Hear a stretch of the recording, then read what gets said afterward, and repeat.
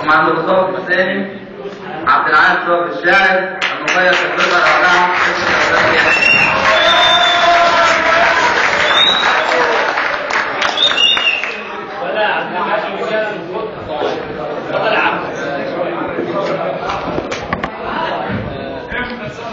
ان شاء الله انا معايا قصتين ان شاء الله، واحده اسمها انا القدس والثانيه اسمها حتاب. انا ان شاء الله هبدا بقى انا القدس في الاول وبعد كده حتاب. انا القدس. ربي سبحانك خلقت كل شيء بحكمتك، فالطيور تحلق حرة في السماء بمشيئتك، والأسماك تتنفس تحت الماء بقدرتك، فتعز من تشاء وتذل من تشاء بعظمتك. أيها الأمة العربية اسمعي نبضنا، ها أنا آت كي أحكي جزءا من قصتنا. كنا نعيش في أرضنا وحدنا مهللين مكبرين، ليس هناك غريبا بيننا. اختلط شكلنا ولوننا وديننا في بعضنا، احتضن الأقصى بالسماحة كنائسنا ومعابدنا. نغني نلعب ونغني الأناشيد في طفولتنا، نقول ظهرت المدائن ومدينة الصلاة بلدتنا. نترجم الفرح دمعا على خدودنا، يلقفه النسيم ويحيي به موت جذورنا. وفي يوم حلت عواصف محل النسيم، وأياد تقطع كل شريان وتحرق البذرة والنواة، والسطيع تحول إلى حر أليم، ومقدسات انتهكت بأقسام الجناه، وكثرت البطولات عن أحرار القدس كلها، وقد أتيت أحكي لكم بعضها. وطني أنا الطفل الرضيع أترك ثدي أمي وأمشي في الشوارع. ناولتني الحجارة وقالت ولدي، وهبني إياك من يذكر اسمه فخرا في الجوامع. فكن في طفولتك صلبا كعز الرجال، وكن بالحجارة كطير أبابيل على المدافع. فتيات تركنا متاع الدنيا والملذات، والقدس لهن أكبر الشهوات. أرواحهن فداء للأوطان ورموز العبادات، أجسادهن كل يوم تضاجع المتفجرات.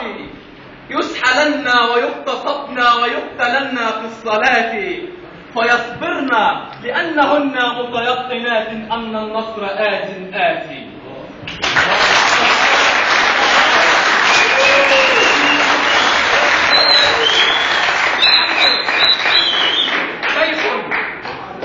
شيخ في الهرم يتكئ على عصاة من خشب، للأقصى هي رفيق فتوزن بالذهب. فاته قطر الشباب فبخ في رأسه الهيبة والعجب.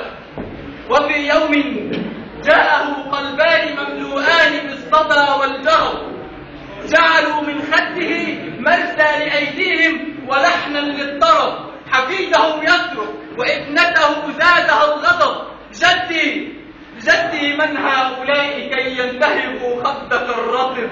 قال بني هؤلاء أحفاد أبا جهل وأبا لهب. قال بني هؤلاء أحفاد أبا جهل وأبا لهب، فاعتصم بحبل الله وكن صلبا وقت الكرب. فمات الجد وحق الحفيد ما زال يغتصب.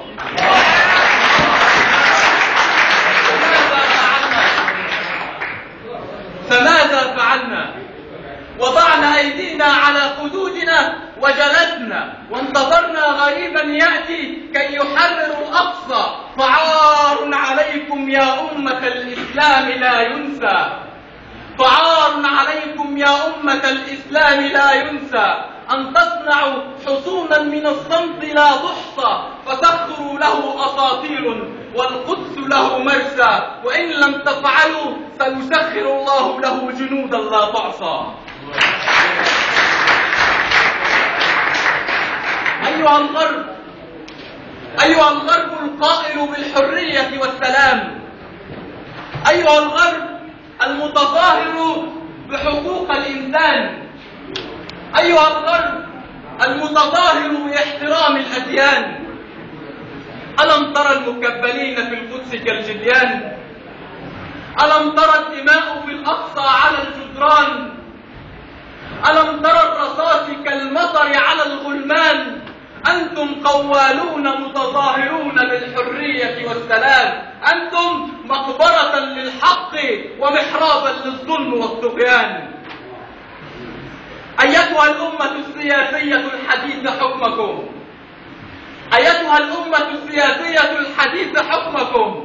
ها أنا آت كي بالماضي أذكركم، كنتم مستضعفين لا تملكون غير صوتكم، تنادون بالحق في سركم وجهركم، فتوجتم على العرش ونسيتم في الماضي قولكم.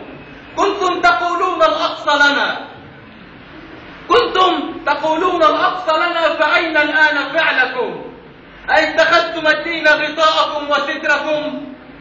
أجعلتم من الأقصى للحكم حجتكم؟ فعار عليكم أن تتركوا ما كان في السالف نهجكم، فتعسا وجرما وسحقا لكم كلكم وبعضكم. فأنا القدس، أنا القدس كل العروبة إخوتي والإسلام عنواني، أنا القدس كل العروبة إخوتي والإسلام عنواني. كل المقدسات تمجدني وربي قد اصطفاني. أنا القدس وحدي واجهت أوجاعي وآلامي، المرض الصهيوني سكن جسدي ولم يخرج رغم صراعي. على مسرح الأمة العربية تشاهد حقائق أفلامي، فيلما لشهيد وآخرا لمغتصبة وثالث لهدم مكاني، ولم يحركوا ساكنا ضد الجاني، فكل جنود الأرض تقاتلني ورب البيت أحياني.